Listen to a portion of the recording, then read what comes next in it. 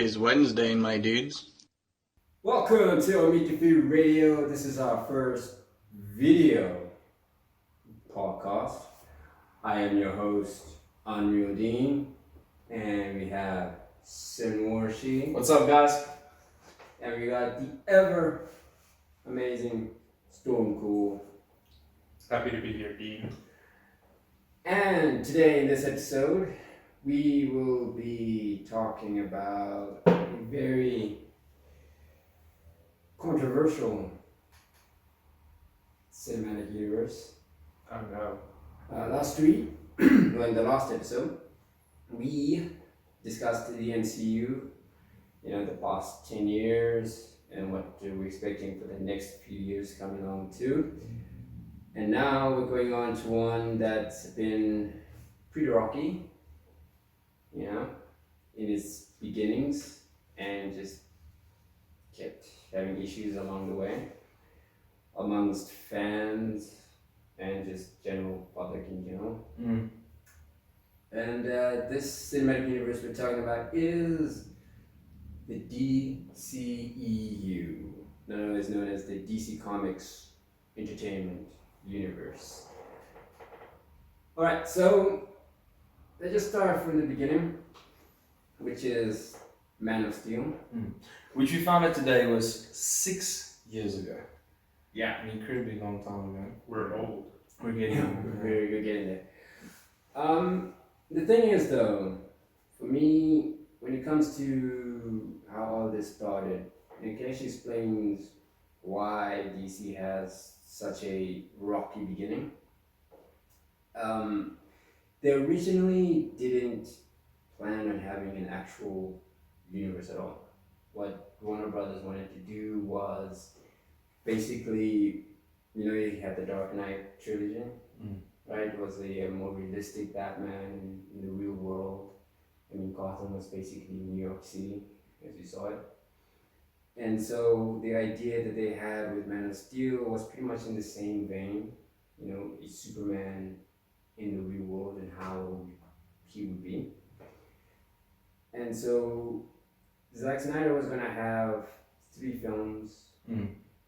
He actually had it all planned out, his 3 films for his Superman trilogy. It was actually just Man of Steel all the way through. And then, the MCU got famous. Yeah. People were like, so what are you guys going to be doing? DC. And so they kind of got pressured into it.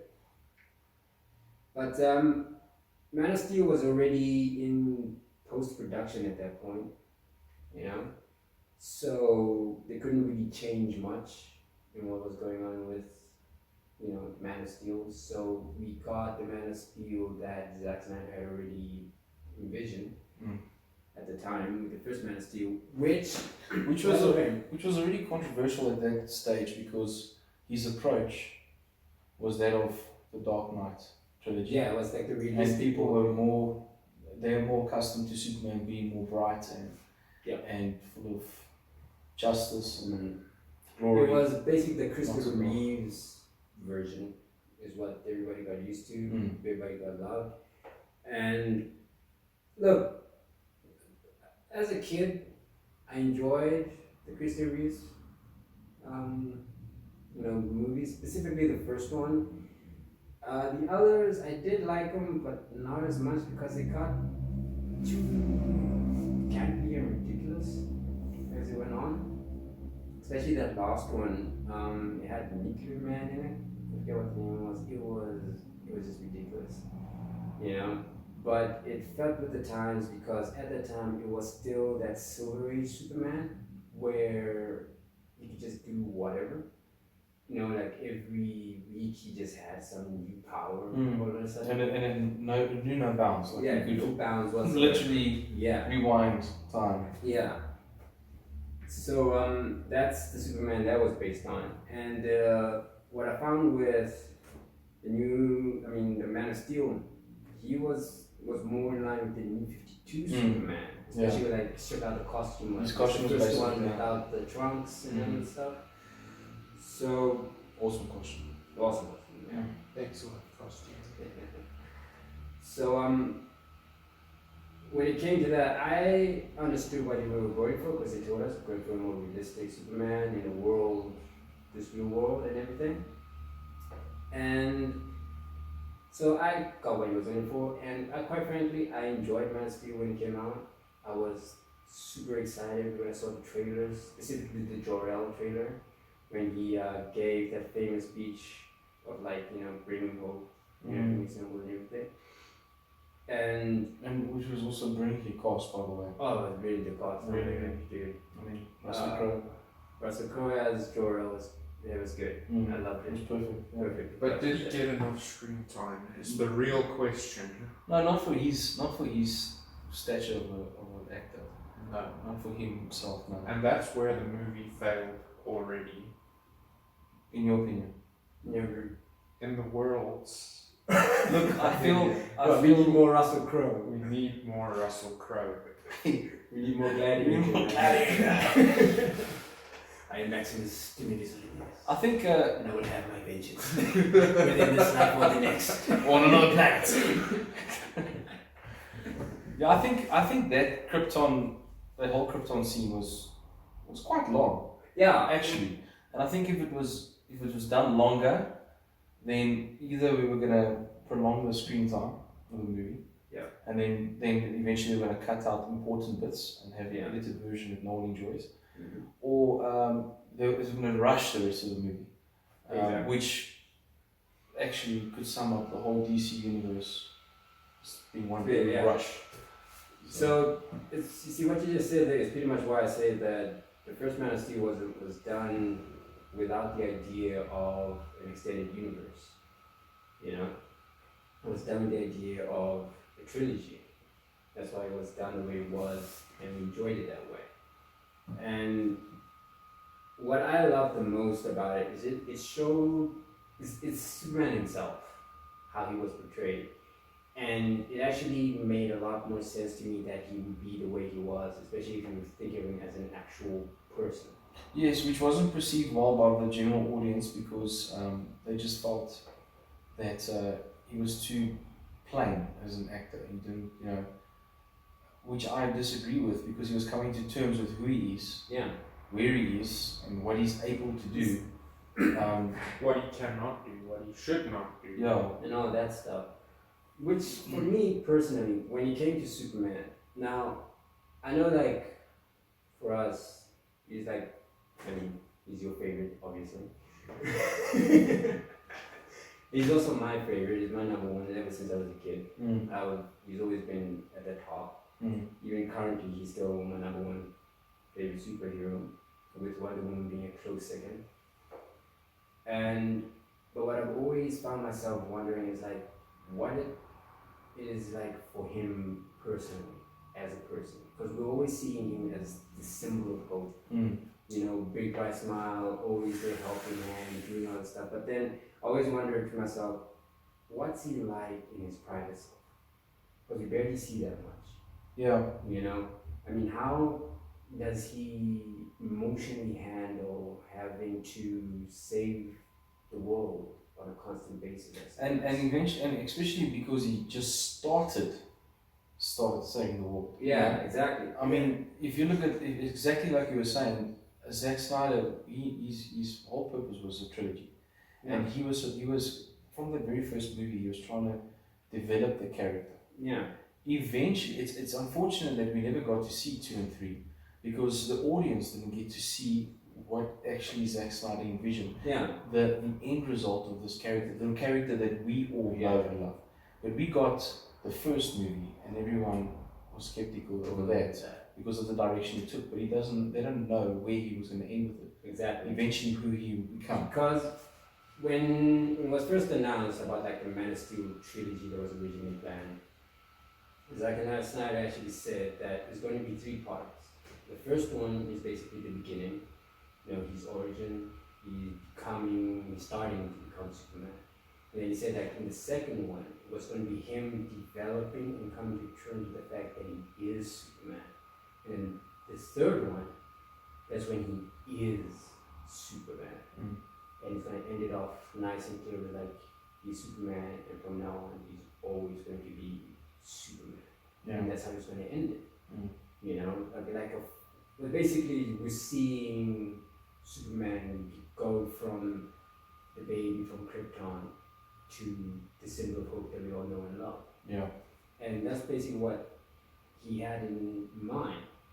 But now, because of everybody and the whole MCU universe and all the pressure from all the public and executives and so on, seeing that Marvel's making all this money, and the executives being like, hey, we also have a comic book thing, we can let's do the same thing. And like, since you're already here, just change up your stuff and make it that way. Mm. And it had from the very beginning a lot of influence from the studio. yeah, Studio got involved, and even at the wrong times. I mean, the studio would wait till the movie is almost completely finished before stepping in and saying, no, well, we don't want this, and this needs to change, and we need to do this differently. And so, I mean, they got involved all the time. and look, with Man of Steel, what I know, people were pretty. The big divisive thing was the ending with Zoe, like the next snap. Yeah. Right. But I kind of agree with what Zack Snyder said about the next snap, because he also didn't get how is it that Superman would have this no kill rule, right? If he's never gotten done it, or like close to do it, Yeah. right? He wanted to give like a solid reason, not just He was born with it. doesn't want to. Yeah, if I can just I touch mean, on look, something. everybody doesn't want to kill, Yeah, right? Genuine, yeah. But he just wanted to, like, in this line of work, Yeah. he's gonna get those kind of moments where You gotta choose. he's gotta choose, Yeah. right? And I also feel like another part is like, for Zack Snyder, what I think was his point was actually, it's not that Superman, he's no kill thing. It's just that he wanted to show that there come times when he's forced to do it, right? And he says like, in those moments it makes Superman more, he values life more, made him value life more and less inclined to want to kill, because he's experienced it, and he just sees like it's a terrible thing, and he knows the full weight of what it's like to do that now. Plus, it also plays into the fact that he's been Superman for like, he just started. Yeah. It's like day one. Yeah. And he found the costume not even like a week, less than a week ago. He just learned to fly. When he found the costume, he learned to fly for the first time ever, and then Zod shows up. Which also plays into the fact that it's also the first time in his life he's actually got to face people who are on his level in everything. They have the same powers and everything. Obviously the only difference being they just got theirs, and they have to adjust, and they haven't really gotten to everything that he's got already. So it kind of evens the playing field a little bit, because they have all their military training, and he's just, a farm boy. So it kind of balanced it out a little bit in terms of the power, raw power, because he was a lot stronger, but not as experienced. And they were experienced, but not as strong. Yeah. So it kind of The development still there. yeah, so it kind of balanced everything out a little bit. And I know people blame Superman for the destruction, but it's really Zod was causing it. Superman was there trying to mitigate as much as best as He was the one being thrown into the buildings. Yeah, he was trying to mitigate as best as he could. Yeah. He did what he can. I think, And I mean, it's it brings a bit of realism to it as well, Yeah. because if you got two super beings battling over an entire city, and they're hitting each other through buildings, and there's gonna be destruction. That's real. I mean, we're bringing these comic heroes to life. Yeah. And I wanna just quickly touch on something quickly, that you mentioned earlier before. That you're absolutely right. Zack Snyder did a brilliant job of showing how Clark Kent, becoming Superman, came to terms with his superpowers and his calling. Yeah. When he was placed on this earth. Because I mean, what we always see is, what we read in the comics, is that Jor-El speaks to him, tells him what is his purpose, and all of a sudden he picks up puts on his costume, put on his cape, and he does it. He fulfills it. Yeah.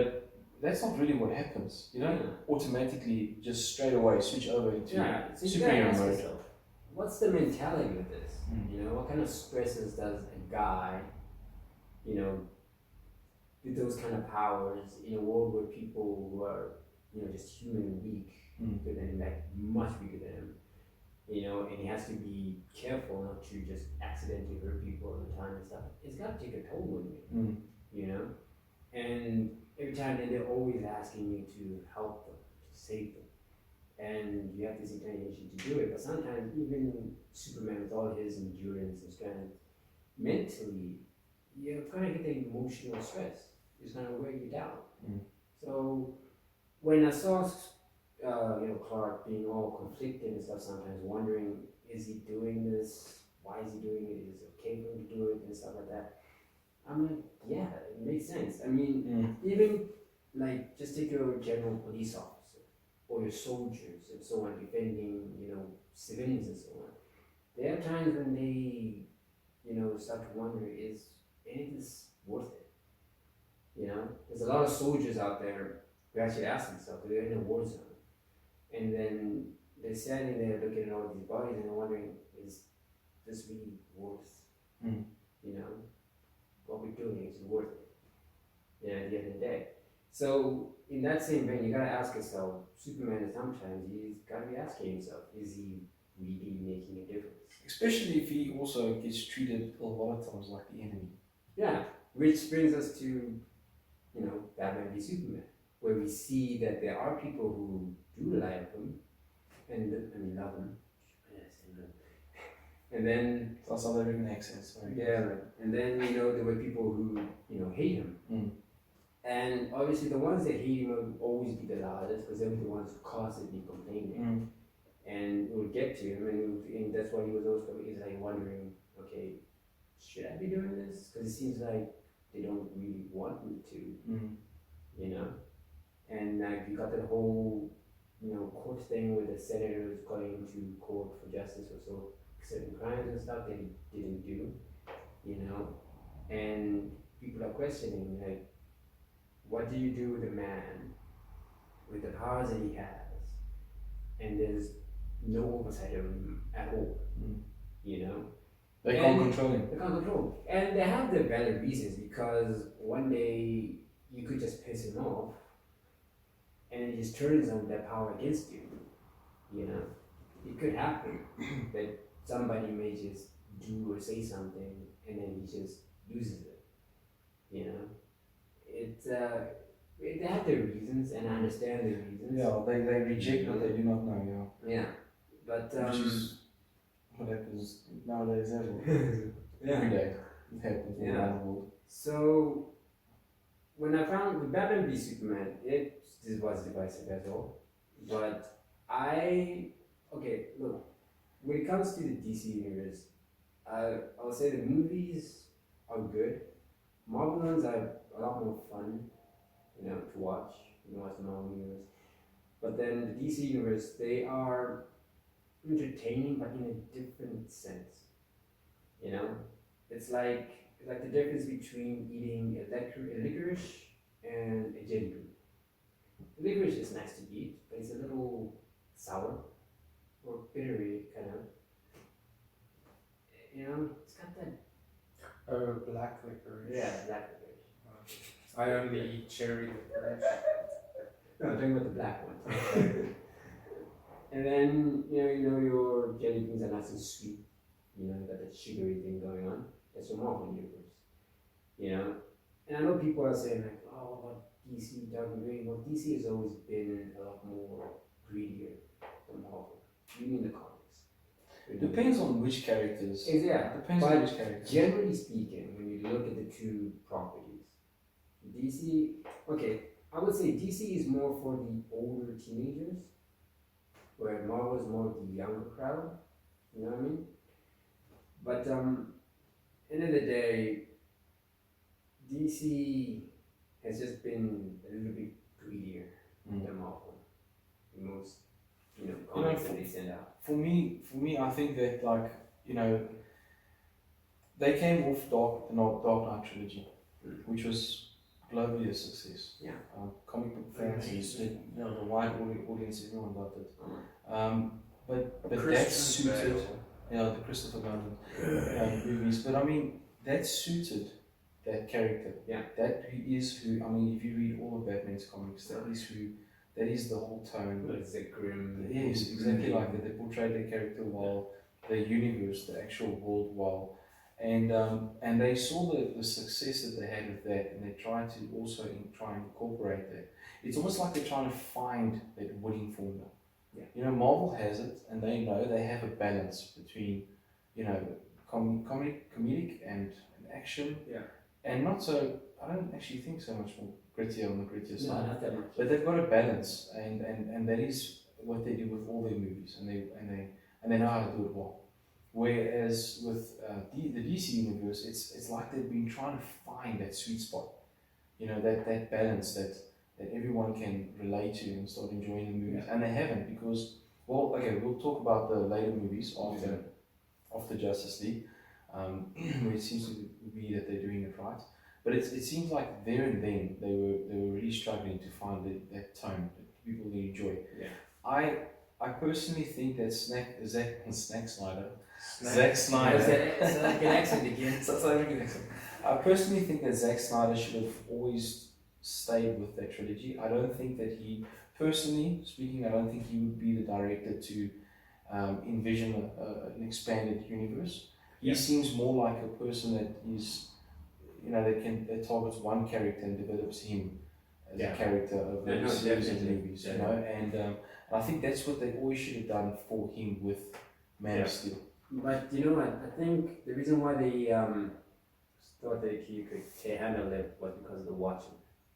Yeah. Which, when you look at that film, there's a lot of people, even fans, that said that it's the best he could get into turning the Watchmen graphic novel into a film. Into a comic, yeah.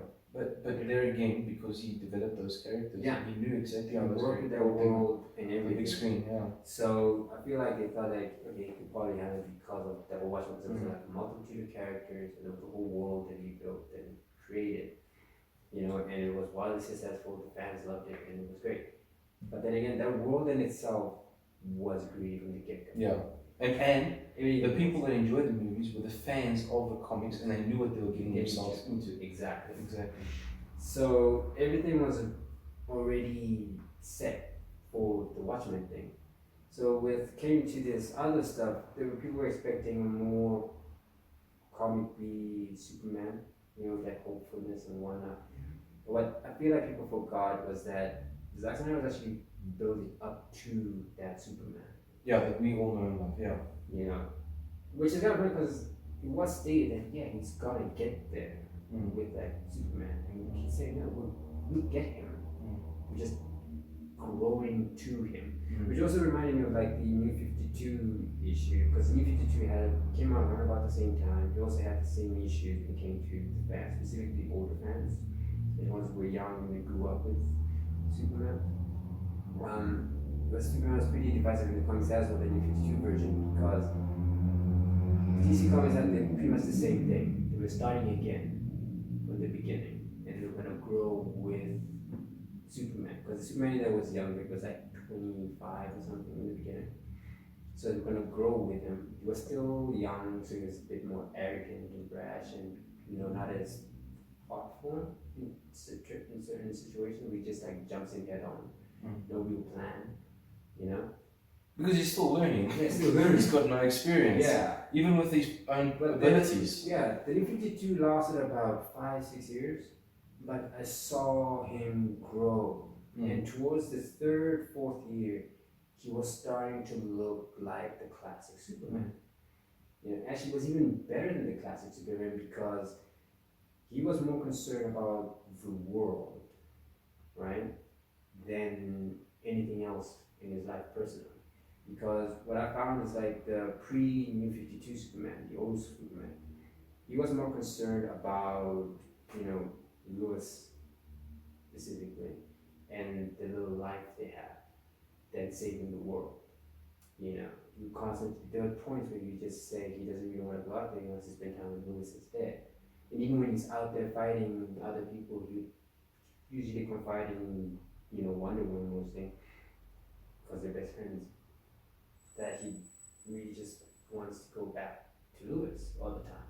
Which to me was kind of frustrating because it's like, then why are you being a superhero? If that's what you want, then just quit and leave the rest of the Justice League then. You know? But that was his human side. Yeah, which I understood. But the new 52 Superman, he was, I just loved him. Because it was fresh, it was new, and that's what I wanted. Something fresh and new, because I got used to the old Superman, which I loved. Yeah.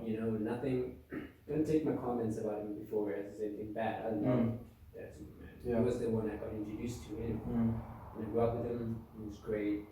But I just felt like, okay, it's been like almost 2 decades with you, man. Can we just get something new here? Something fresh? And they gave us something fresh.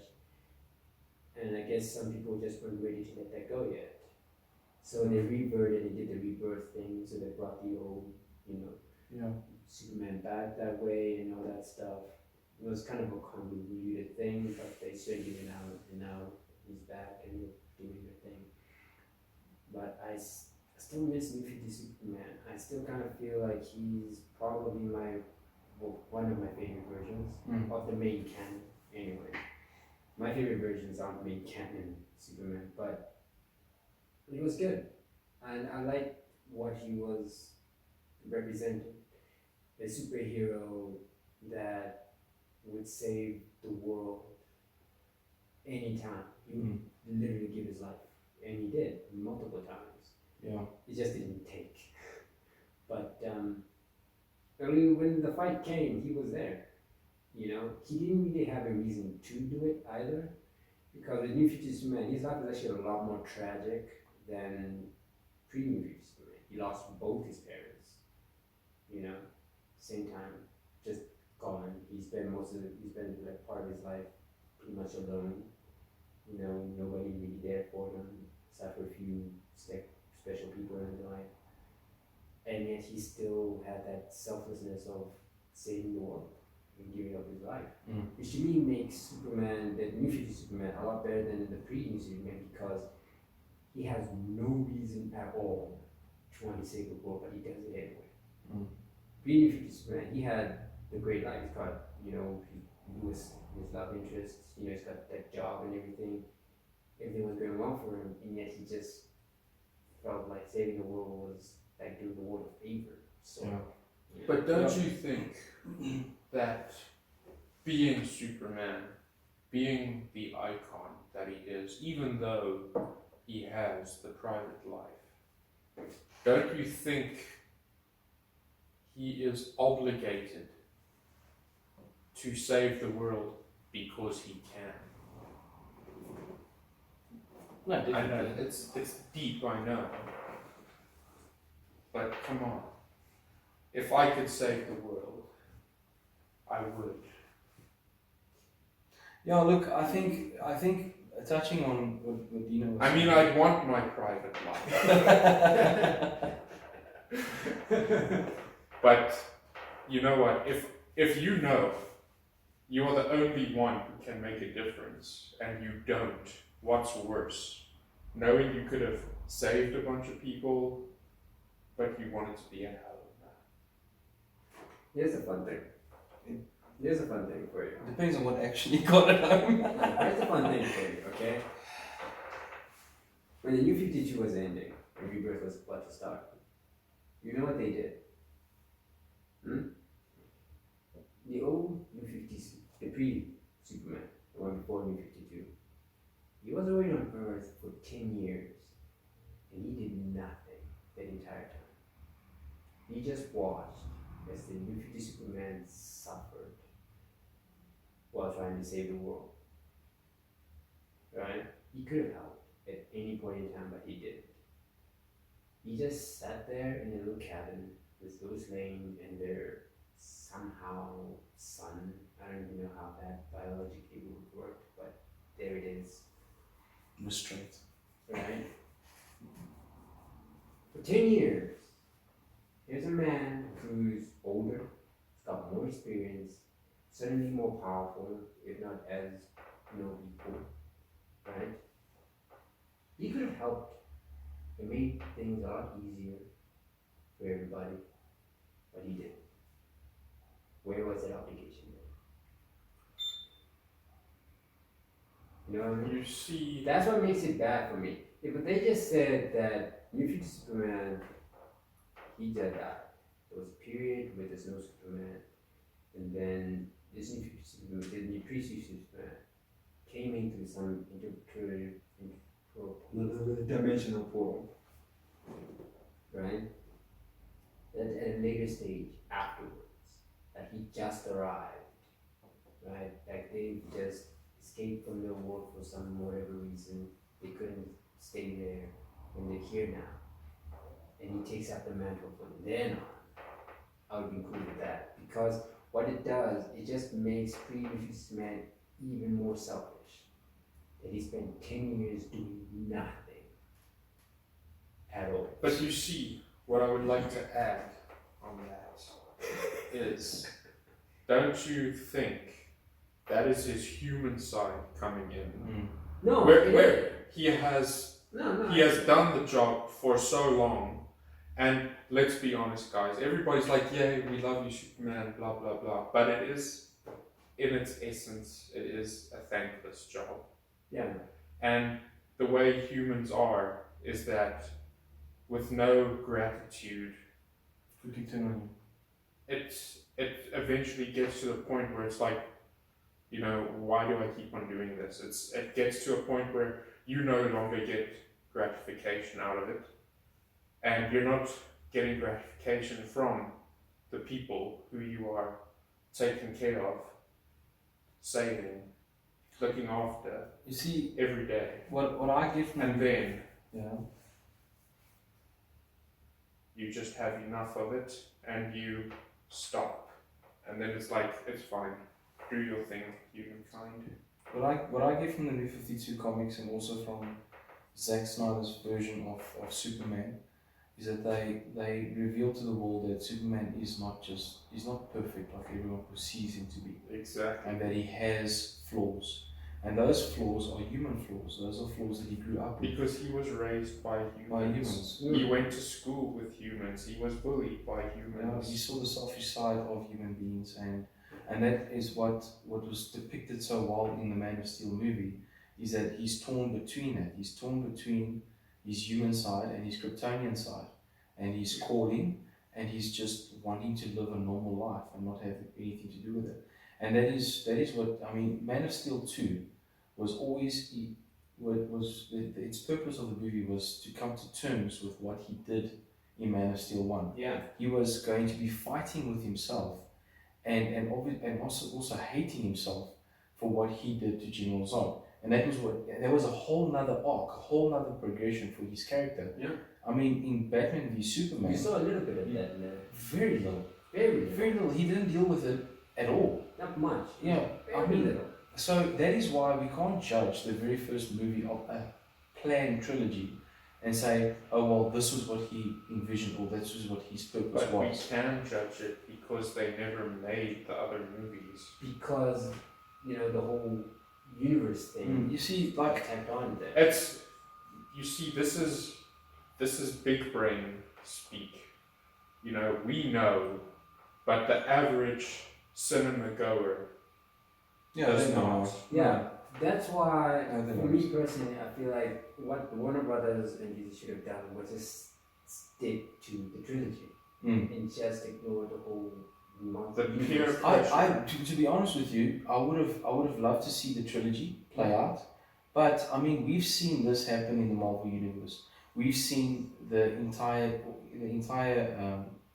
team of heroes come together in the Avengers, but they also have their solo movies, which is based on their own storylines, which doesn't now and then bring some cameos in here, but it's basically based on them. So I mean, we could have had a trilogy, a Man of Steel trilogy, and had Zack Snyder direct it, and have an entirely new director for the actual universe. I think for me personally, from the very beginning, like if you look at the Marvel Universe, you look at Kevin Feige, who is the brains behind everything. I mean, that guy's literally got movies planned for years to come. He knows exactly where this thing is going. Yeah. We've lost that multiple times. I forget the newest guy that has been assigned that role to lead the DC Universe going forward. But we've never really had a great leader. Someone who could take these movies and these characters from the very beginning and say, well, this is my 10-year, 20-year, 30-year plan for all of these characters. So I would have personally, if I was in charge, I would have given Zack Snyder his trilogy. Yeah. And developed Superman as a character. And brought that same character, because Henry Cavill is for me, the best Superman ever. Yeah. I mean, no one can replace Christopher Reeves. Nobody can. No. But I mean, For our generation. For our generation, he is the comic book character come to life. His look, his stature, his approach, everything. He's got the charisma. I enjoy him. I enjoy him as an actor. And I think take his character out and bring him where he could be, involved in the extended universe, and then put him back and finish that trilogy. That is what I believe should have happened. And what I feel like is like, basically, you have the trilogy, and like the in-between movies, where you have the other universe, you have him be the way he is at the end of the film. Like Man of Steel happens. And let's say there's a Justice League movie, they planned it properly. Man of Steel happens, there's a Justice League movie. In that movie, you see him with the others, maybe they're just discovering each other for the first time or whatever. And you see that he's interacting with them, he's talking to them, they're getting to know each other. But you also see him dealing with the whole Zod thing in that film as well. But you don't see the whole thing. You see like he's still conflicted about it, working himself through. And then Man of Steel 2, you see the full thing. Him dealing with it properly, working through it, and then he overcomes it and comes to terms with it. And then the next Justice League movie, which is going to be between that, you see that version who's come to terms with it. Exactly. That's what they should have done. The other superheroes too. Yes. Exactly like Iron Man's progression as a character in the Marvel Universe. Exactly the same. You saw, as he was progressing as a character, you would see that come to life in the different Avengers movies. But who do you think would win between Iron Man and Superman? I think that wasn't showcased. Superman. There's no doubt about it. Look, man, you see I know people have their, thesis on why the superhero could beat Superman and so on. But when you think about it, you have a man, just a human man. A genius billionaire. In a can. And you got the Man of Steel who bends steel like a finger. Yeah, but he's smart. Yeah. And fast. Superman is faster. Superman is faster. But think about it. And he's tougher than the Iron Man suit itself. But think about it. Okay? Imagine if... Look, you're talking about a Imagine man. if Iron Man... If he sneezes wrong, he'll shatter Mount Everest and all the other mountain ranges around But him. imagine if Tony This is Stark... Silver Age Superman. If Tony Stark could get his hands on some kryptonite. Look at that. There it is. There's that argument. That one little caveat that everybody... And if Tony Stark had a Superman out of lead, No. you wouldn't see Iron Just Man's the- underpants. Just the kryptonite, See, that's all. No. that's my problem when it comes to these caveats. Everyone brings up the kryptonite. It's like, okay, really? Yes, You know what I really. mean? No, here's Well, you've here's got to my give him comment. some weakness. Listen, here's my comment. If it was that easy, why hasn't Lex Luthor killed him yet? Because Lex Luthor has access to kryptonite all the time, uses it on Superman all the time, and he always fails. Because It's Lex Luthor true. loves to have these long dialogues of It's these true, fighting but against Superman. Fun to keep him alive, obviously. He needs his arch enemy. No, he He wouldn't needs a exist. hobby. It's exactly the same reason why Joker Batman and Batman. does not kill Joker. That's true. They need each other. Yeah, I know. But look, it's But coming back to the DC universe. yeah. Let's move on. So Zack Snyder and actually the studio obviously saw that the Marvel Universe was starting to introduce cameos Yeah, and bring other characters from other movies. and maybe making lots of money. And I'll be honest with you, me included, the audience loved that. They loved seeing other characters, other superheroes involved in other superhero movies. And then they thought that why not bring the world's finest to the big screen? We would blow everyone's minds if we had to do the same, but introduce, I mean, the most well-known characters in the world. They brought the Trinity in Batman v Superman. We had Batman, Superman, and Wonder Woman. And Wonder Woman. All three. And Doomsday. Big numbers. And. Yeah. But the thing is, they brought the main three. Yeah. DC. Which shouldn't have been. There should have been. I think that, okay, we didn't have to give necessarily Batman or origin story. I personally think the Matt Reeves version of Batman that's going to be coming out, that should have been done already beforehand. Yeah. And I think Wonder Woman also should have come beforehand. Yeah. And then I think join them up as the Batman v Superman, but not include Doomsday. Yeah. I think that should have been. That should have been Man of Steel 3. You see, I mean, that's the it thing. was just so About you know what DC movies is that they introduce everything. Or let's put it this way, they're trying, but it's not good enough. They introduce an insanely powerful enemy straight off the bat and defeat him in the same movie. Mm. And they did the same thing with the Fantastic Four. Yeah. Sorry to cross universes, but I mean, they did it in all of the movies. Yeah. Pretty much all of the superhero movies so far. An insanely powerful villain gets introduced, and within the same 2-hour span, his demise is determined. And that's what I don't like. You see, if this guy is so powerful, then why are you doing the opposite of what the comics did? Can you imagine if the comics, if in a 20-page comic, they got rid of a villain every time? And they did, for a point. I know, because I saw interviews with Stan Lee. Yeah, in the first time. And he said that's why there are so many crazy villains, because they had to come up with a new guy every week. Eventually they stopped doing that. They stopped doing that because they were like, you know what, let's drag. They're becoming ridiculous, like Polka Dot Man. I mean, The Candy Man. And the timekeeper or the clock or whatever, he had a clock for a face. Yeah. So, you see, why not learn a lesson?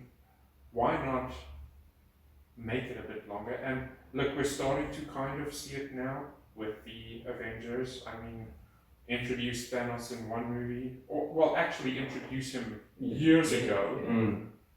But now, and we did get a whole presentation. It took 2 movies to actually. yes, And exactly. Yes, yeah. So progress is being made, but at the same time, there's such a delicate balance of keeping the audience happy, because, I mean, we waited like a year between Endgame and Yes. but they filmed those back to back. Yes. We waited. we waited, but so you see what I mean. It is really difficult. You see, I think we don't give them enough credit, but we as consumers just want. Okay, but what you just said now is, me and Dino have been speaking about this for long, and my views have changed, and I'll tell you why. I went into these movies loving the characters, and when I walked out, I said these were great movies, these were unbelievable movies, I love this, I enjoyed this so much. Watching it again, the critic inside of me starts judging these movies and starts seeing the flaws and the problems that it had. Yeah. And it's obviously because I obviously grew up with these characters. Obviously, I love the DC universe over Marvel. Not that I don't love them both, but I enjoy the DC universe a lot, the characters and such.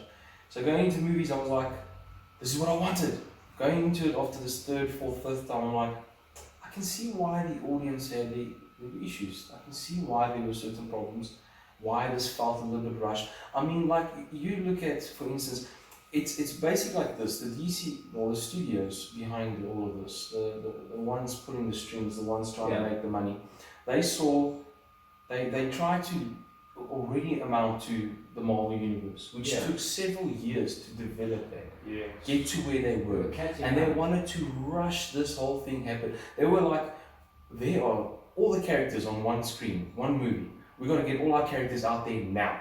You know, we need to introduce them fast and show everyone. I mean, that's why in Batman v Superman, you had Superman, Batman, Wonder Woman, Lex Luthor, Doomsday. I mean, not even that. That's why you get a situation like that. Then you get Justice League afterwards, but they already introduced those characters in Batman versus Superman, even though it was just their profiles on the TV screen. But they rushed it. And then they're basically showing you like, okay, look, I know this looks pretty weird, but look what we're going to give you next. You know, and that's not cool. No. That should have been a surprise. Justice League should have been like, imagine you're sitting in the cinema and the trailer comes on, and you don't know what this trailer is. You hear, it's kind of dark, and you hear people talking, blah, blah, blah. And then suddenly you just see like this lightning, and then it's Flash. Whoa. But you shouldn't have known Flash was coming before you saw that trailer. You know what you're touching on? It's actually kind of a cool thing where I think what actually should have done. Because what I would have liked if I was in charge of Warner Brothers and the whole DC section, what I would have done is actually just did trilogies, right? That's the first movie, man. Trilogies work. No, it's like first movie. Okay, well, Iron Man 3 and Paul 3 wasn't great. In general. Just listen, right? So it's Man of Steel first, right? He came out, Superman. He goes out like, hey, Superman, great stuff. And then you have Woman of Clay. That's the name, Woman of Clay. Obviously, Wonder Woman comes out, right? Maybe something else, but you get the feel. You get, but from the name, you get the vibe of, you know, it's Wonder Woman. You get her whole movie. First movie, it's also another trilogy. That's all you're hearing, just trilogies of these films. We're ignoring the whole people going, what about the universe? Like, we got our trilogy movies, we're not there.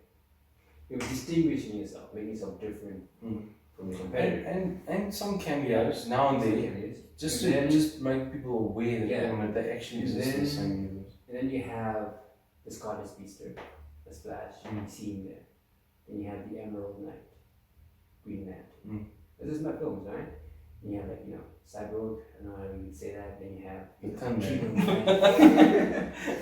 then you have King of Atlantis, right? Poseidon. Yeah. Right? Just like this little film. You just take like the first films, like the beginnings of the trilogies are coming out, right? And they're all just coming out. Then the second movie comes out. Everybody has their own second movie, right? And then at the last movie, right, or the sequels, right? The last movie that gets a sequel, whichever one that is. At the end of it, you just get this tiny little teaser.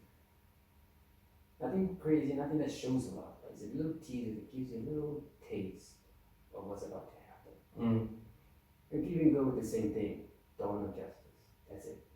That's all you see. Yeah, but I mean that what you're touching on is exactly what the Marvel Universe did, and I feel that was the winning formula. That's just what they should have gone with from the beginning. They wanted to give us the team assembled, and then give us the independent movies, their solo movies, and their reasoning behind that was that we've seen their origin story multiple times before. No, we have not seen that actor's depiction of that character's origin story. I would have liked to see that. I've still and maybe not even gone from writing the beginning. For instance, like the Batman, what Matt Reeves is doing now.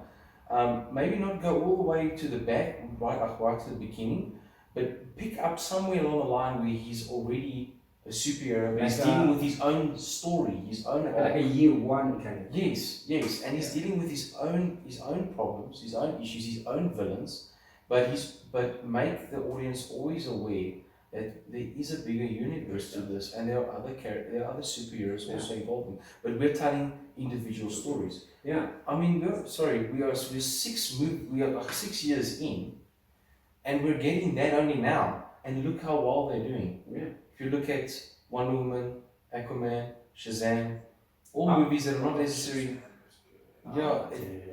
So Aquaman was a big surprise for me. yeah, it was a and great it's movie. one of the last movies that still had that old Zack Snyder feel to it, because the director James Wan. Yes, Warner Brothers and wanted to told him to try and make it what they did with Justice League, and he refused to. He refused to change what he already did. He said, "No, I'm not doing it." Patty And Jenkins he from was- Wonder Woman also like that. He was just like, "No, we've got this far into it. We've done everything already. I'm not changing." Yeah. That's what he said. I'm not changing. So they're like, okay. They backed off and they left it, and everybody loved it. Yeah.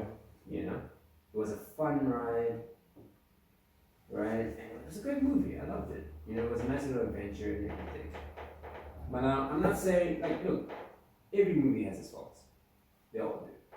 You know, but you gotta ask yourself, is the faults really so bad that they'll make all the other good stuff not worth it? Look, we also got to understand that even within the Marvel universe, the movies that we've been getting nowadays, there are also some bad ones. Yeah. They're not all great movies. No. But Marvel has learned from that and just gotten better and better and better. And if you look at the DC universe, I still come back to that. It's not led well. Yeah. It's not in good hands. Can we blame the fact that there were different studios involved at the time? Yeah. Yeah, I believe because I mean, it's like you can't have people like we can't have the Unreal Bean movie, you know, produced by Fox Searchlight Pictures. We can't have the same Washi movie produced by DreamWorks. Pixar. And the Storm Cool movie produced by Disney. It's not going to work. Yeah. Because this would not be possible then. Yeah. And everybody knows together. OmitDefeatradio. And now all of a sudden there's 3 separate podcast movies. Yeah.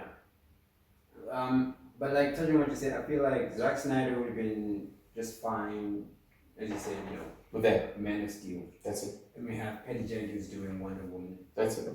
And James Wan doing did one Aquaman, and then the Batman guy I keep forgetting his name. Christopher Nolan. Yeah. You're talking about No, the new Matt Reeves. Matt Reeves. Yeah. They put him in for the Batman. He does that. You know, whoever's doing the Flash does the Flash. And then the Justice League movie, I feel like instead of instead of directing, they just like advise on how to keep the character pretty much the same. You know, like executive producer type thing, but for their specific character within that film, where there's a whole director who does the Justice League films. Yeah, You know? exactly. And especially what we spoke about with the main villain being relevant in all those movies, like in some way or another, bringing that in, but subtly, so that you've got this indication that there's a greater threat And behind all of this. Exactly Batman, like what Marvel Superman was doing. they had the villain, which was Darkseid. He wasn't really the main villain. But for the thing. even that was rushed. Even It the was. announcement and what we saw Look, was just all a rush. It was just to get I- to that quickly. I enjoy Batman v Superman for the characters. Yes. And like, you know, the story was also pretty good, like what they were going for. But I will admit that it was pretty rushed. There was a lot It happening. was extremely fast. You know, and I'd say it was to his detriment and everything. I will never argue against that. Okay, when I defend Batman, people think, oh, so you love that movie? You think it's a great movie? No, it's not a great movie. It's a good movie. That's it. That's all it is. It's a good movie. I particularly like the Ultimate Edition more because it wasn't rushed. it expands. Yeah. And quite frankly, I just feel like they should have just released that. Mm. You know, they just released the whole thing. And then again, the studios. Sure, it's It's 3 too hours. long. Yeah. We've got to cut A lot of parts. films are long like that. I mean, you had The Lord of the Rings, look at that, they had a whole trilogy that was just Hours. hours long. Yeah. And then they brought in a prequel with The Hobbit, which was even also just hours long. Yeah. You know, but like a lot of movies have Like that this long. podcast is just hours. Man. But Just so yeah, but like 57 minutes it's long. just yeah, but that was like the old stuff, you know. So now I just quickly go into the new stuff. So we got like new movies coming out. I mean, the one I know of is The Joker.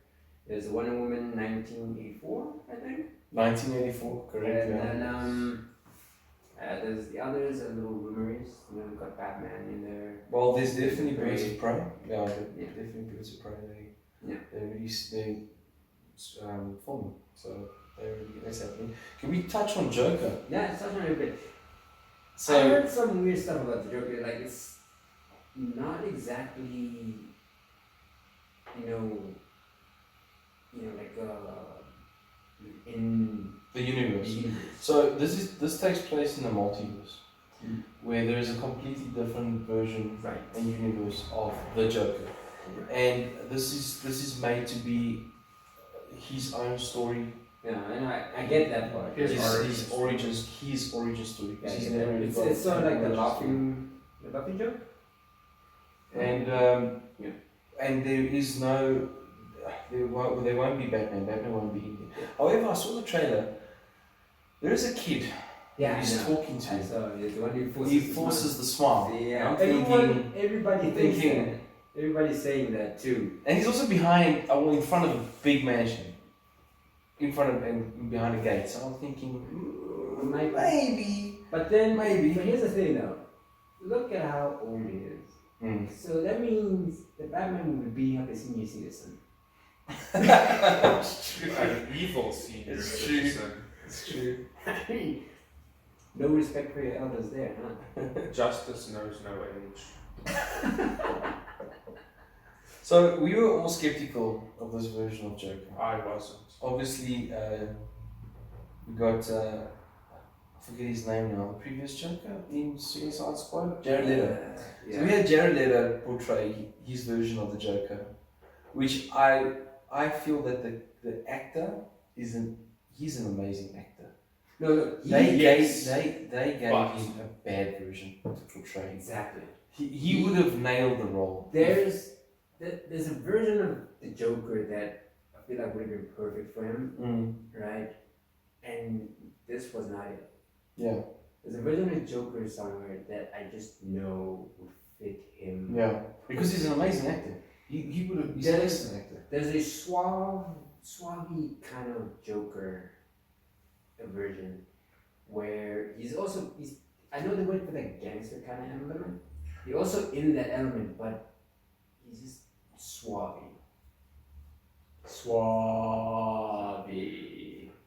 Yeah, okay, now.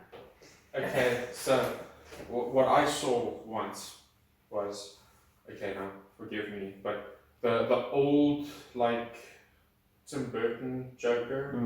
Okay, the guy's name is Tim Burton Joker. Is it Jack Nicholson? Jack Nicholson. Is that Tim Burton? Yeah. That is Tim Burton. I believe Oh, so. before. Okay, I so believe so. And he, that was the gangster Joker. Yeah, Okay, then one of the gangster Jokers. then we got Heath Ledger. Okay, he was the anarchist Joker. Nothing matters. Like, will this blow up? Will it not? I don't know.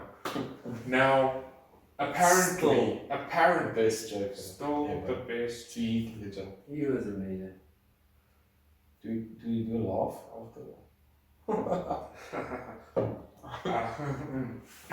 Yeah. Okay, then now apparently the Jared Leto Joker was meant to be the psychopath Joker.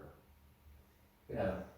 Now, here's the problem though. Did he get enough He screen was more like the 50 Cent. Can I just... Really? I'm serious. It's like gold chains and everything. Sorry. Yeah, Like, okay, fair enough. But this Joker that Jared Leto played was way more psychotic, don't you think? Yeah. no, Like, yeah. No, we agree. No second thought about just killing someone. And like even Harley Quinn, I mean, he does not love her. If she disappeared, he would just be like, oh well. Well, this version of the Joker. Yes. Yeah, but the Okay, Suicide Squad I was know, pretty interesting getting I know we that. see him go get her, It's pretty interesting hearing that. but that's just part of his weird Psychotic nature. psychotic nature. Right. That he needs to control. But we did not see enough of him. No, That's why we you're could. right. That's why we could not appreciate this Joker. You know, I the teeth. That just bothered me. Yeah. Like, who does something with their teeth? the one thing that I agreed with other fans was when it came to one of the disagreements, like one of the things that I didn't like about Suicide Squad, was that we, as the fans, thought that Joker was going to be the main villain. Exactly. We all thought that, yes. We all thought. Yeah, that's what we were going in there thinking. So we thought like we're gonna Joker is there, he's messing about in Yeah. Midway City, and the Suicide Squad is in to deal with him. Meanwhile, Right. he gets less Even than the- 5 minutes. Even the director, the director did go on record saying that this is not a movie about the Joker. And he also said that we are introducing him as like a supporting character. And everyone was like, nah, you're lying. No, it's Joker. Like, It's it's- main villain, not Joker. But you know It's- what? You can't do it with the Joker. It's You the can't. Joker. He has to be the main He has to be. threat. And even if there are other threats, he's the one who orchestrated it. He's the Exactly. leader. Main He's- threat. I mean, it's not really said much, but even in the comic books, all the other villains either hate him or fear him, or both. Right? All the other villains know if Joker comes in, it's no longer your party. It's his party.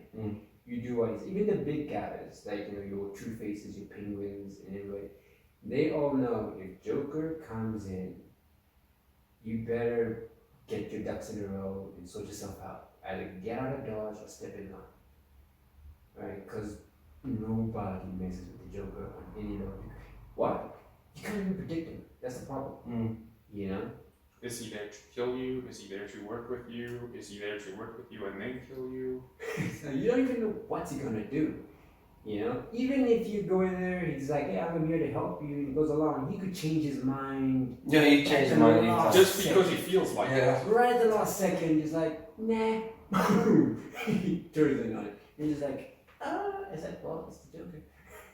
Yeah. They coming back to the new release that's going to be coming out soon. But I'm pretty October interested in 4th. seeing this new Joker.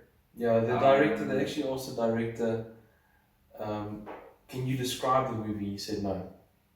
They said, can you give us anything? Just try and describe it any kind of way. He said no, there's no way to describe this movie.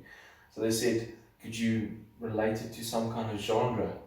He said, if I could think of a genre, the only thing that can come to mind is it's a tragedy. So I'm really looking forward to this. I think we're going to see I think we're going to see what made him who he is. who he is. Yeah. And I think we're going to feel sorry for him as a character. I think we're going to learn to appreciate the And you know Joker. what? Love-hate relationship. Yes. I really think so. And that in itself is what makes a really great villain. When exactly. you can understand Why? why. Like Dr. Octavius. Yeah. When you Exactly can see like him. That's why a lot of people actually like the second Spider-Man film so much. The Tobey Maguire ones. With Dr. Octavius. A lot of people were like, that guy's trash. Yeah, there was a reason. And Yeah, the it reason's was. there, you saw why he wanted to do it, and in the end, you actually felt sorry for him. And he actually kind of went out as a hero in the end. Yeah, I'm testing my memory though, but did he just become obsessed with building a It better... was the armor ones. But they made him obsessed with it, okay? Yeah, He wasn't, there was no motive behind it. It wouldn't have brought his wife back or anything. It was just like an obsession. I feel like, you know what it was? It's like the arms were programmed to help build this thing. So I feel like there was just a glitch in them that made them just want to create the thing because that's what they were programmed to do. So it's like, we must build this thing. That's what we're programmed for. So let's build We this don't thing. have money for the thing. Let's go get So, some you know, that thing. So that money loop bags. was in their brain. So even Still one of the best Spider-Mans. yeah, Yeah, dude, Oh. it was. the train scene. And the soundtrack. Mm. Oh my gosh. That was good. It was good, man. But honestly, We're coming back to Marvel. We're back in Marvel. Welcome to omitdefeatradio. Going off topic. it's just like in the old days, man. We just in one episode, 10 different universes. but I'm really looking forward to the future. I mean, I gotta be honest. I am looking forward to the Joker film more so than any other film. Joaquin Phoenix, also one of my most favorite actors. Also in Gladiator with our Russell Crowe. And I just love him also as an actor as well. That makes me sick. So I think, look, I'll be honest with you, the world was very skeptic. I personally wasn't. When he was cast for the role, I thought You know, he could really do this.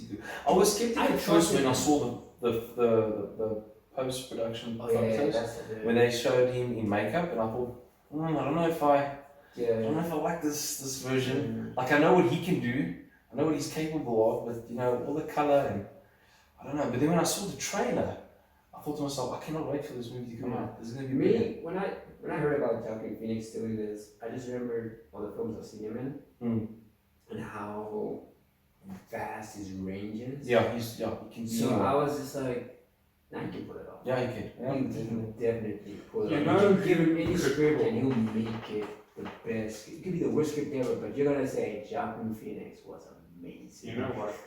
I bet the best Joker out of all of them ever is still to come. And it will be Nicolas Cage. That would be amazing. His life is actually. Why hasn't he He's a Why life hasn't story. he done that? Why hasn't he? They should get him down and make an actual film the one day. Because he was Superman before, that's why. Almost. Almost. Well, he had the suit on. Yeah, So technically but he yeah. became Superman. For a minute. But think about it. I mean, Yeah.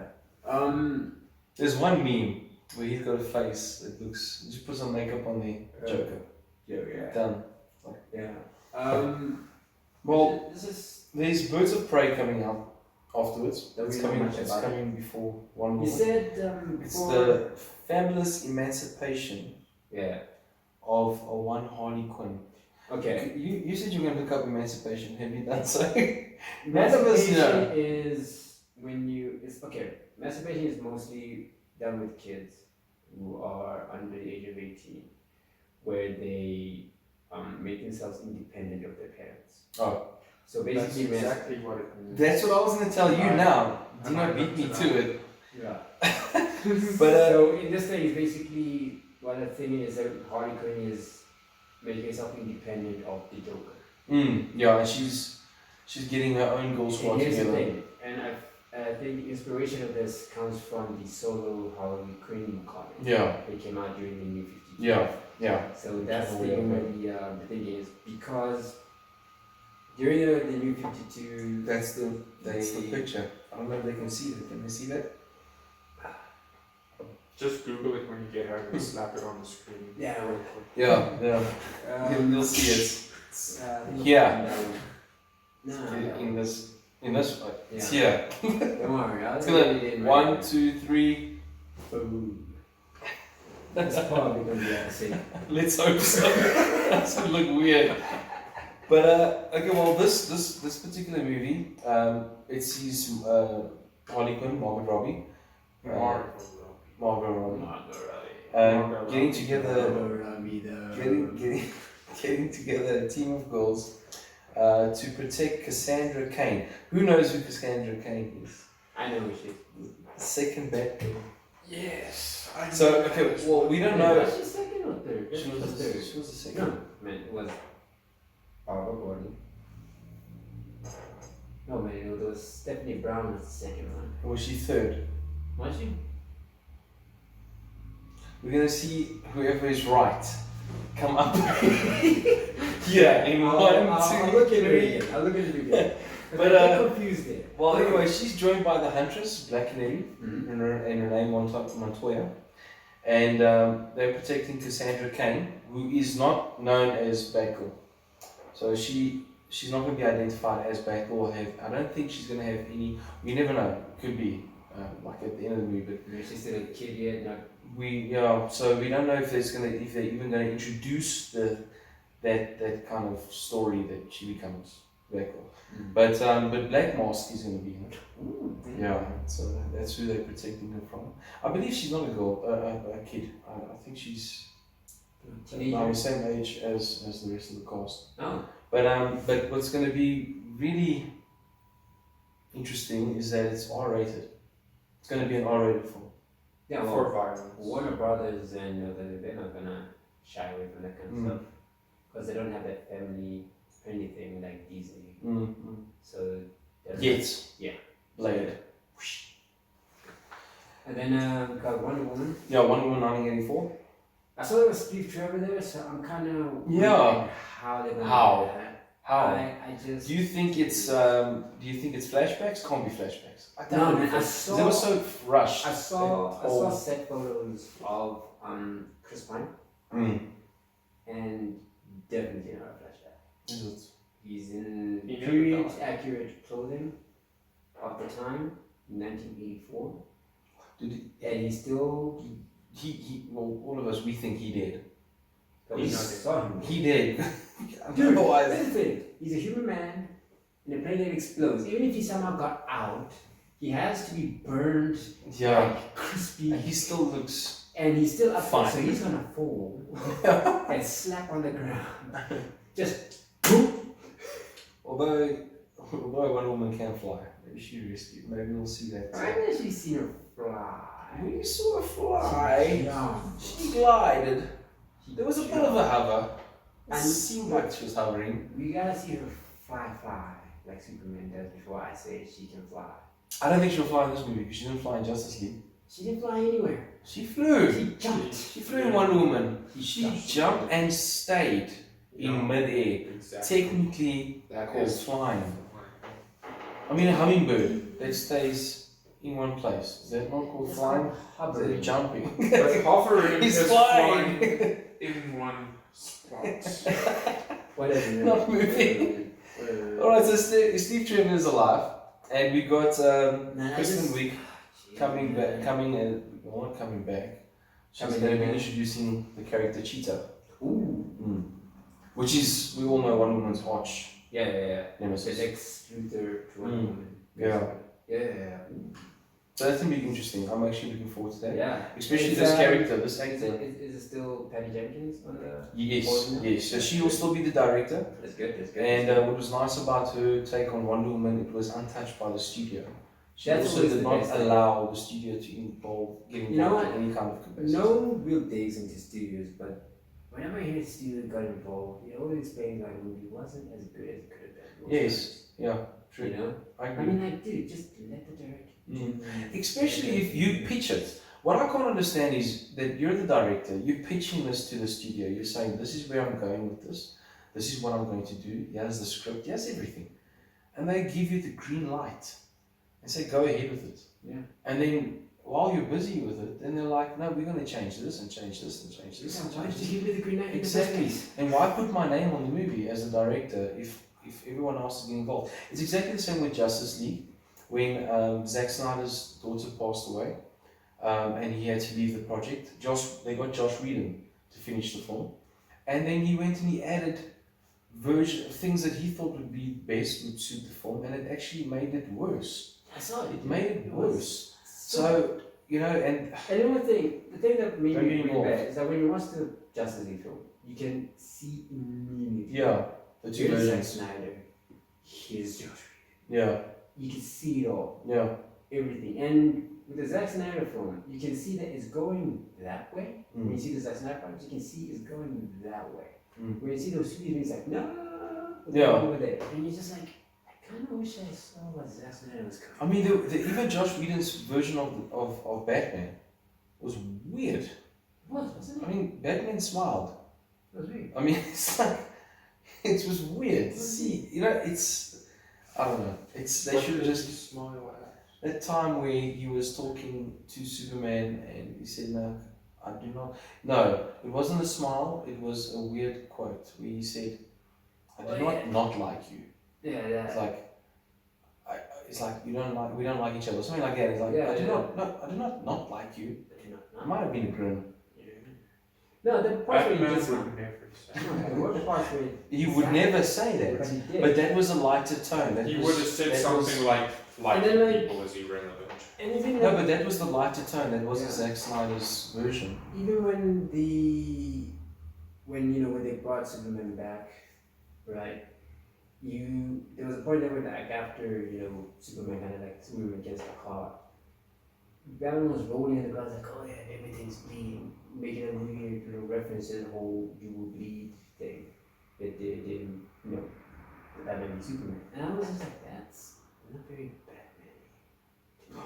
Coming back to that, I think Batman did smile. Yeah. At the end of the Justice League, when they defeated Steppenwolf, You they were all smile? standing there and they were all smiling. And I'm telling you now that Batman smiled. Dude, that was a weird. You even smelled that. Even there when he made that fish comment to Arthur, I hate you talk to fish. He makes a little smirky thing to him, and I was like, okay, It was a smile. yeah. It was. I don't know. It was weird. It was a little different, but I feel like they got a director who was too far away from Zack Snyder. Mm. They just got someone who was like in that same vein, but it's kind of hard to find. Is a director in the same vein as Zack Snyder, but he's got a very unique Look, I believe style. I believe what they've done.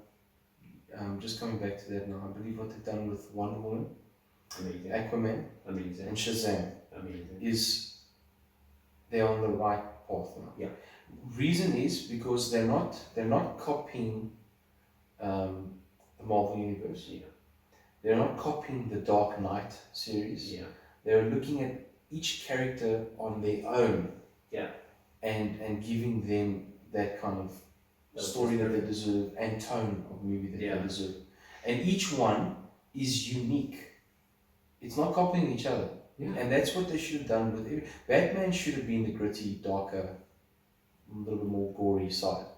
And Superman should have been the one that was full of honor and justice and glory Yeah. But and colorful, like Yeah. we all That- knew. yeah, New Year's.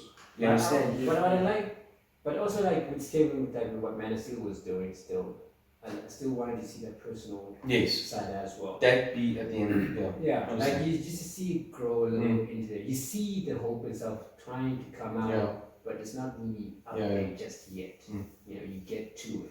You know what I really liked in Shazam is when he gets adopted, he goes to that foster home environment, and then he's in his new bedroom, and then they actually talk about these other superheroes, and there's like souvenirs and memorabilia and stuff.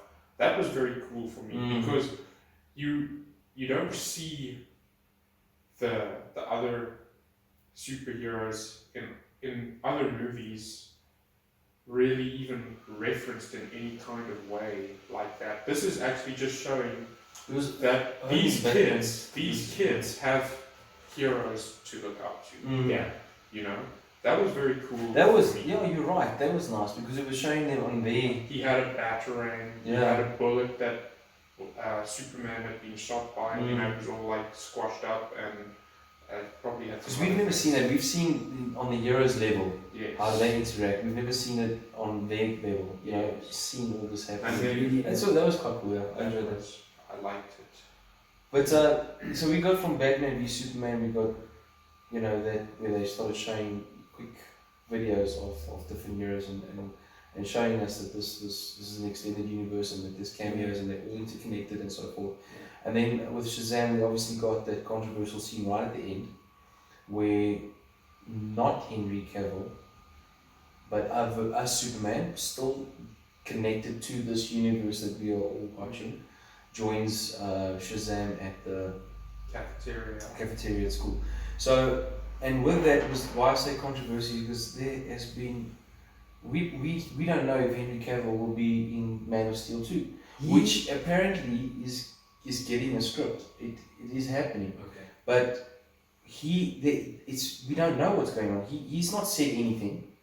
However, his manager and the studio says that he's still on for Superman. Yeah, but here's the thing. But he hasn't come out and said, okay, this is true. Henry Cavill there's been, he's spoken a bit here and there, but he's stated that he's fighting for it.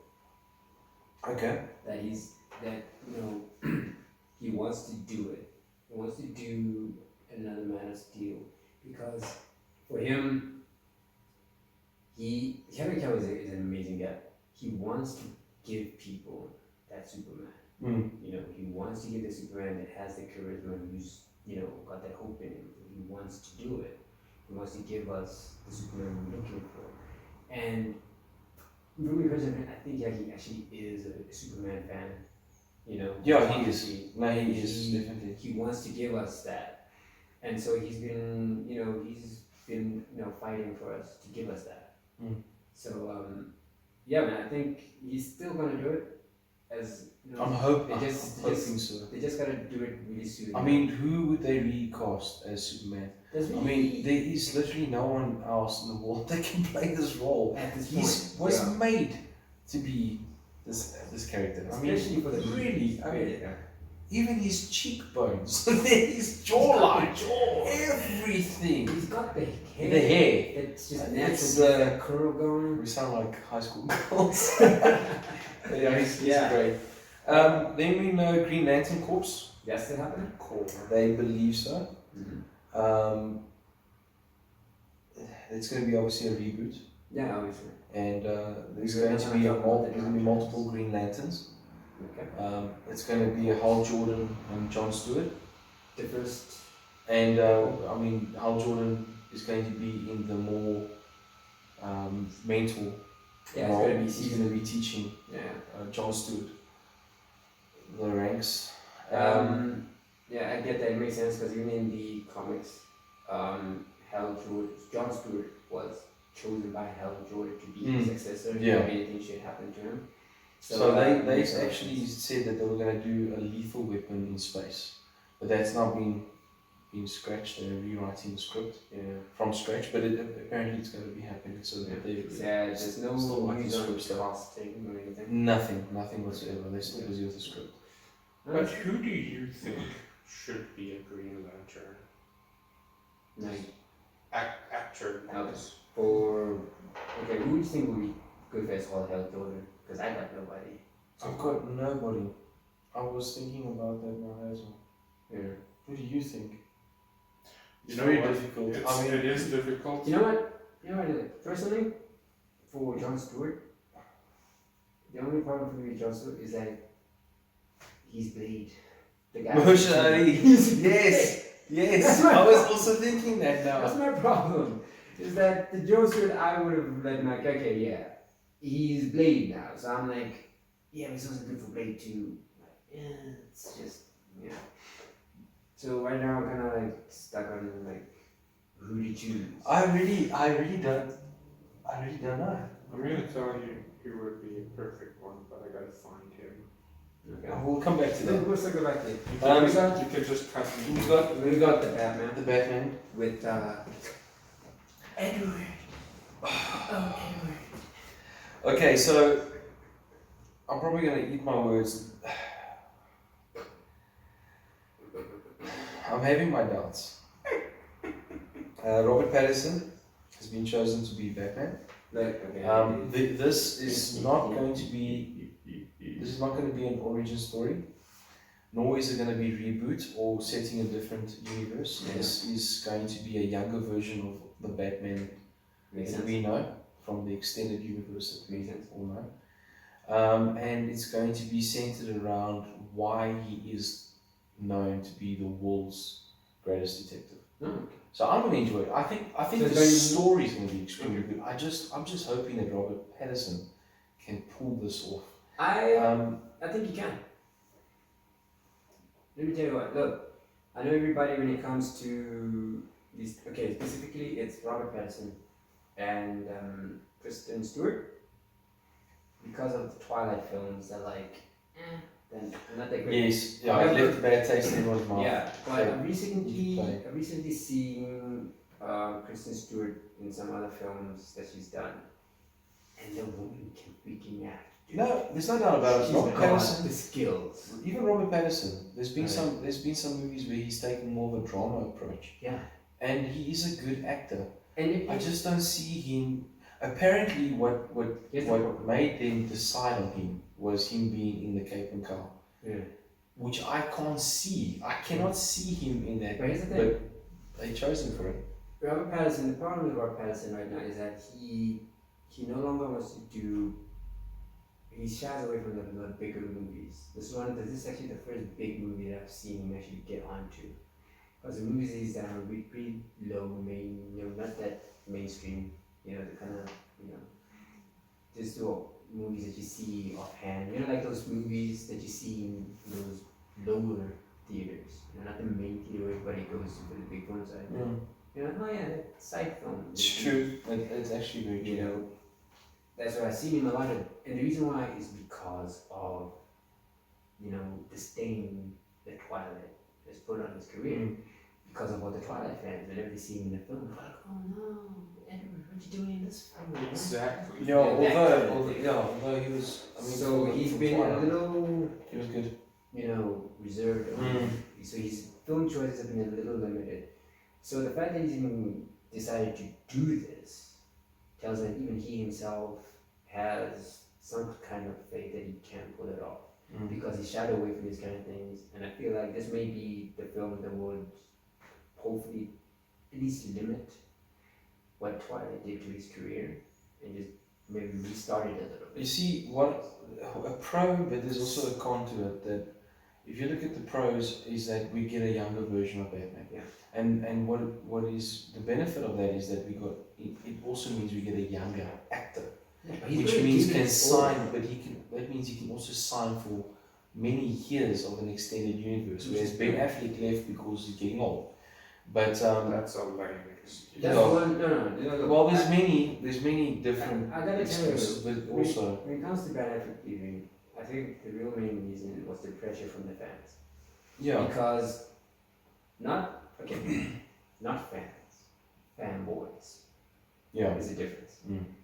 Fanboys are the extreme guys, Yeah. and they've been hammering him with Do questions. you know there was a From the petition? beginning. There was a petition when they decided to take him on the role of Batman. There was a petition signed by thousands to not allow him to take on that role. And Okay? then he took on the role.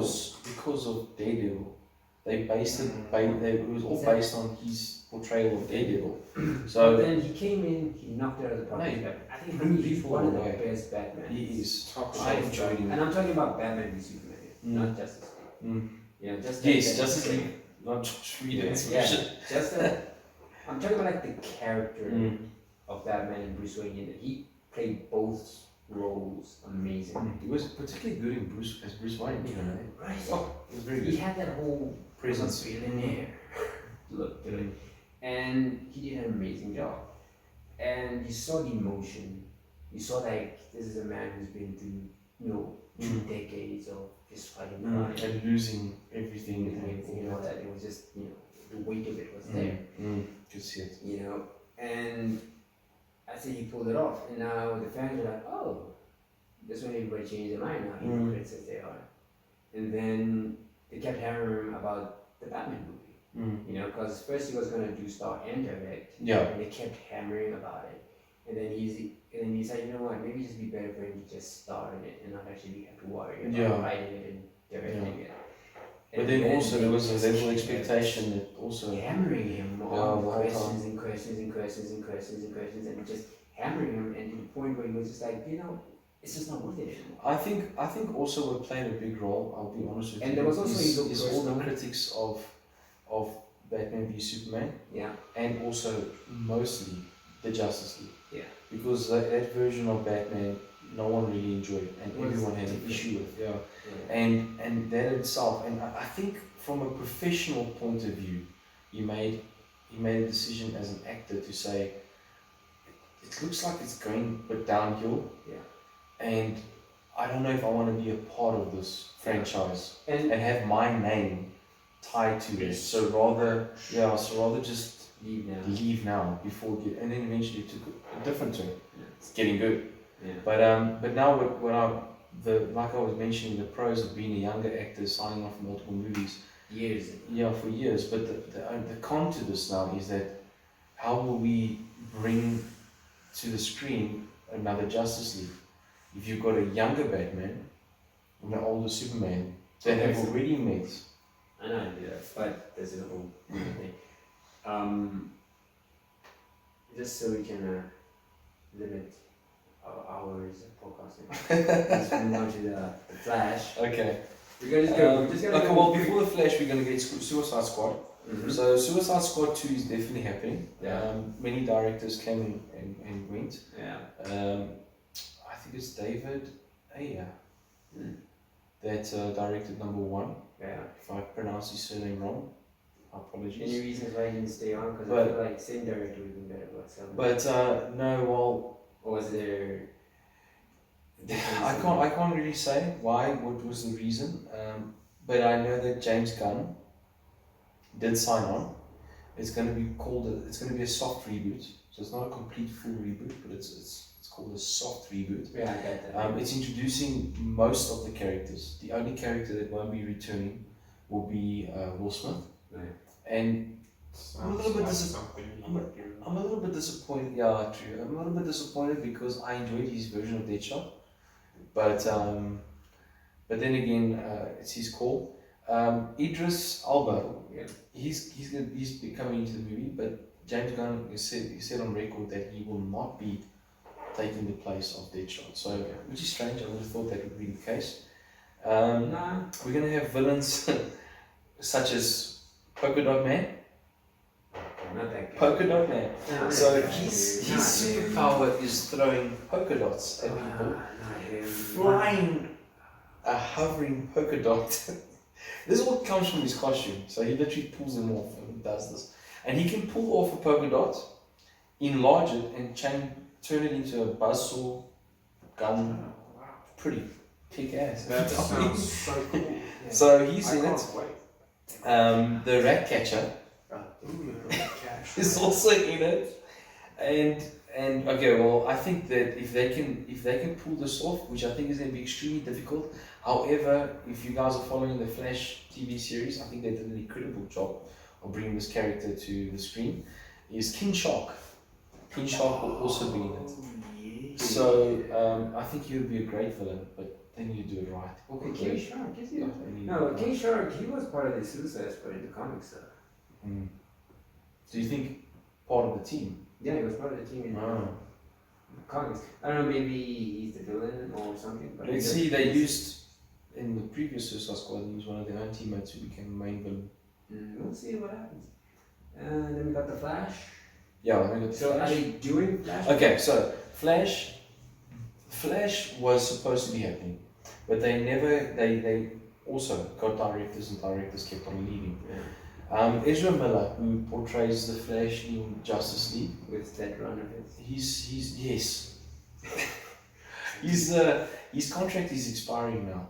Okay. So he was actually quite in a rush to try and get a movie happening, and then also for him to sign on again as the Flash.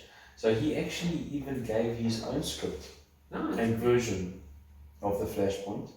The studio thought it was a very good idea, but they did not go ahead with it.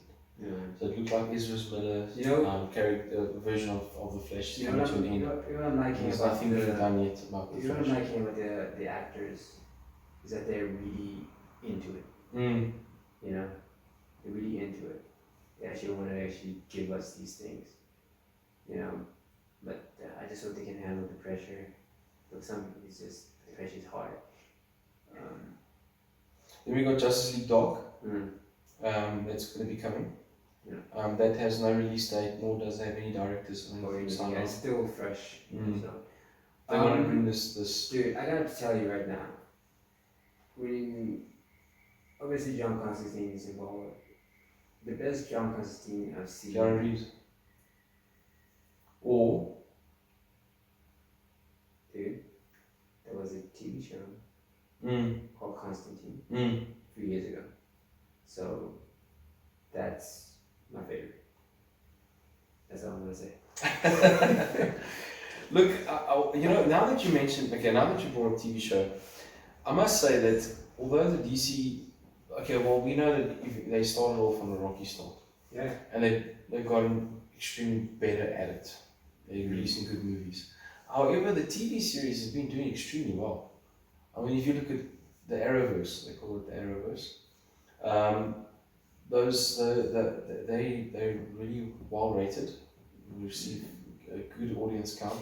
And I mean, I think it's Arrow's on season 8 now or season 7. And I mean, from just Arrow alone, they started introducing multiple characters and giving them their own shows. Each of them doing really well. Are you including DC Legends of Tomorrow in that statement? Yes, and even Legends of Tomorrow. Have you watched it? I have personally watched it.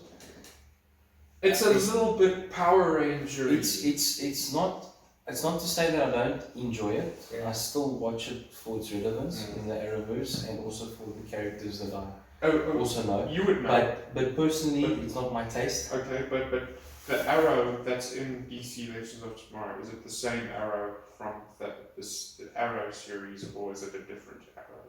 It's the same Arrow. So they are actually making an effort to blend. It's like a multiverse. It's called the Arrowverse. They call it the Arrowverse. Yes, because and Arrow they bring Arrow started it. So and they bring each character. I mean, it's either Arrow or it's Flash.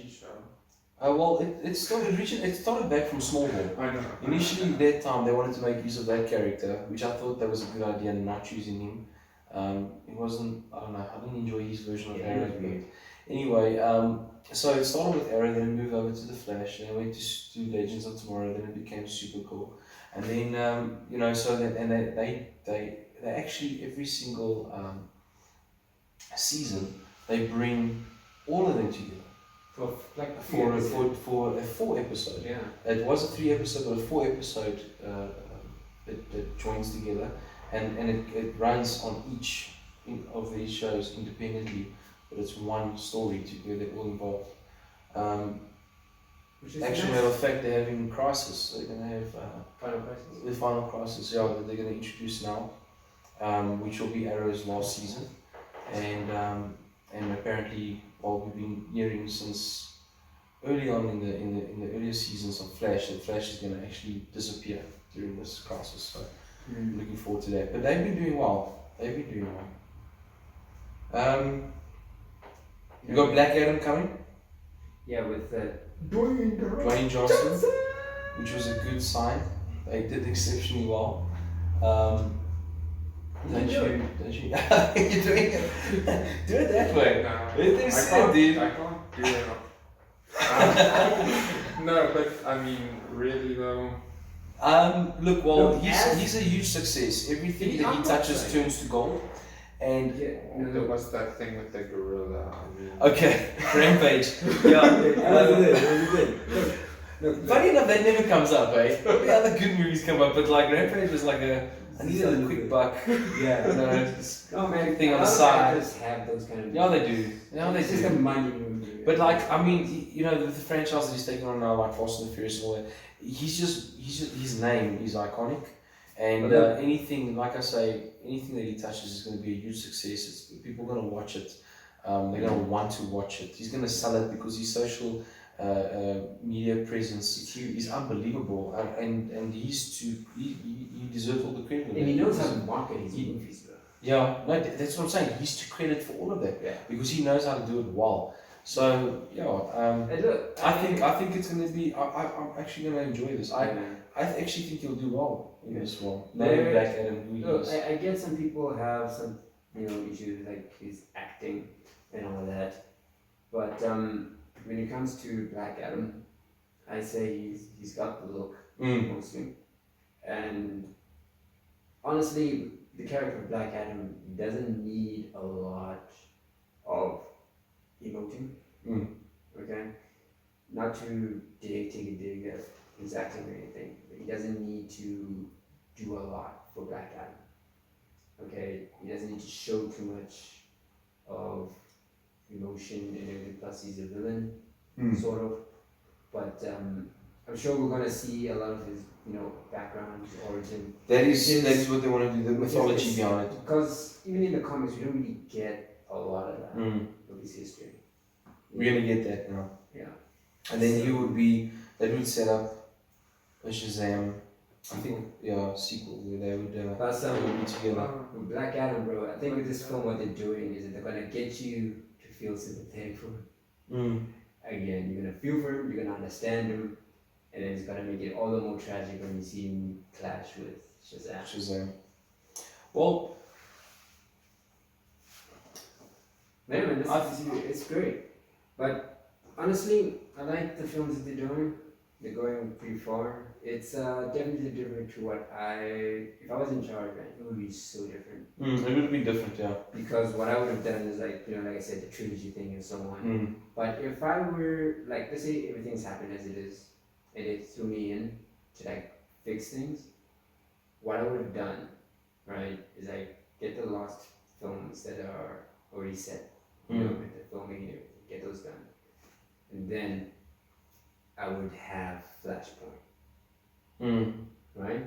And I'm telling you, I'm gonna tell them, hey, there's gonna be 3 hours. We're doing Flashpoint, right? You're gonna go see all basically what the comic did with, like, Thomas Wayne as Batman and all the bad dystopian world that it was. And then Flash fixing it back, but doesn't fix it back the way it was. You can never fix it back the way it was. You see, like, it's a little different. It That's the always end of be the film. different, The end of the film, you see that. You That actually difference. see that, hey man, this is not. That's the only way that they can like he says, save all these recastings. But you see him, and it's like, okay, it is my universe, like everything is his universe, but you have to recognize it's different. It's not the same. Like everybody's a little different. Things are a little off here and there, not exactly the way he remembers it. That's the end of the film. Right? Batman And became then, younger. and then, I'm 10 years younger. here's the clincher. Immediately after that, there's a trilogy. Kingdom Come. You know that story going? Just do that. Another trilogy, just Kingdom Come, where you see like Superman. In Kingdom Come, Superman was gone for about 10 years. He's just not there anymore. And like the superheroes, the old guard aren't as highly reviewed anymore. There's these really new heroes and stuff, and it's all this conflict. Superman comes back, brings back the old guard, and they just go through the whole Kingdom Come thing, just the 3 movies. And they're gonna be long movies. I'm making long movies, man. 3-hour long movies. You got a huge budget, dude. Yeah, man. I'm gonna milk them for it. I'm like, please, we need the money. We'll come in as a studio. I don't care, man.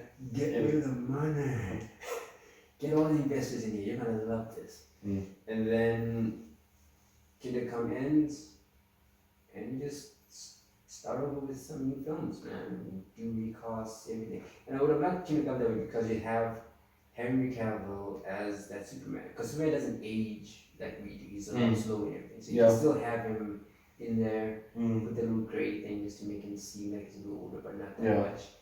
And everybody else do their thing. And you can also explain that the younger Bats is just from the whole Flashpoint thing. He's still running around doing his thing. Obviously, he's going to take a little bit of a different role than in the actual comic itself, but pretty much in the same vein. But you just see everything happen. You didn't have Shazam in there doing his thing. Everybody's just there, and it just be this amazing trilogy of 3-hour long movies that everybody's going to be like, wow, that was amazing. DC saved itself, and then they'll be like, okay, man, you're getting a $2 million bonus. And I'm like, yeah, Well, I'm buying an island. back in this universe where Dino isn't the director, I'm thinking that, I'm hoping that, okay, the new lead for DC, which I still cannot get to that name even now, which you will put up here Maybe. in 3, 2, 1. It's just a That- big maybe. That guy. I hope he starts making right calls, Yeah. and we continue to watch DC films, because I would hate that the viewer count stop this from continuing, and then we are all robbed of it. Yeah. Because I would love to still see all I these just- characters come to the Personally screen. speaking, I don't want DC to do a shared universe thing. Don't you? I don't. I still think that what I think is they should stay away from it for now, Yeah. because they've kind of damaged it. Mm. Stay away from it for now, and continue to progress these characters and develop these characters. And then I would still like to see a pending thread.